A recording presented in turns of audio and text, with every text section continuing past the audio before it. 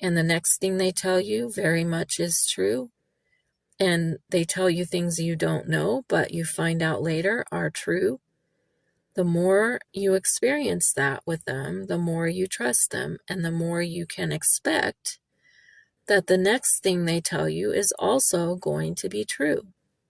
It's the same way with God. He's given us an entire book of promises, of facts, of truths, and the more time we spend with it, comparing what it says to what we experience, what actually happens, we do what it says and find out that what it promises does happen, and it does happen the way that it says.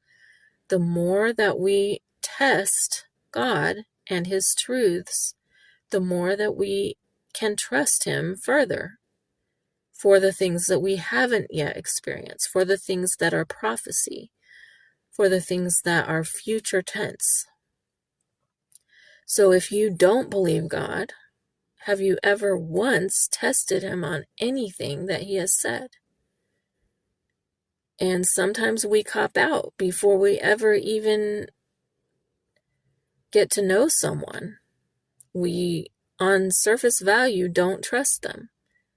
And a lot of us have been trained by other people, by books, by media, by whatever it is that we've come in contact with that has told us that God doesn't exist, that God isn't true, and so many different ways of training us to automatically distrust God. But do you do that with your friends? When someone says, don't trust them, do you just automatically not trust that person? Or do you test the person yourself and find out for yourself what kind of person they are? God is not telling us to go jump off of cliffs. He's giving us good wisdom, good sound wisdom in His Word. The book of Proverbs is full of wisdom, one verse after another, of trying to keep us on the right track in our lives. He's not trying to ruin our lives.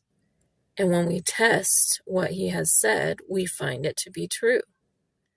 And the more we test it, the more we find it to be true. And the more that we have done that, the more we are able to trust Him on the things that sound hard to believe. When we test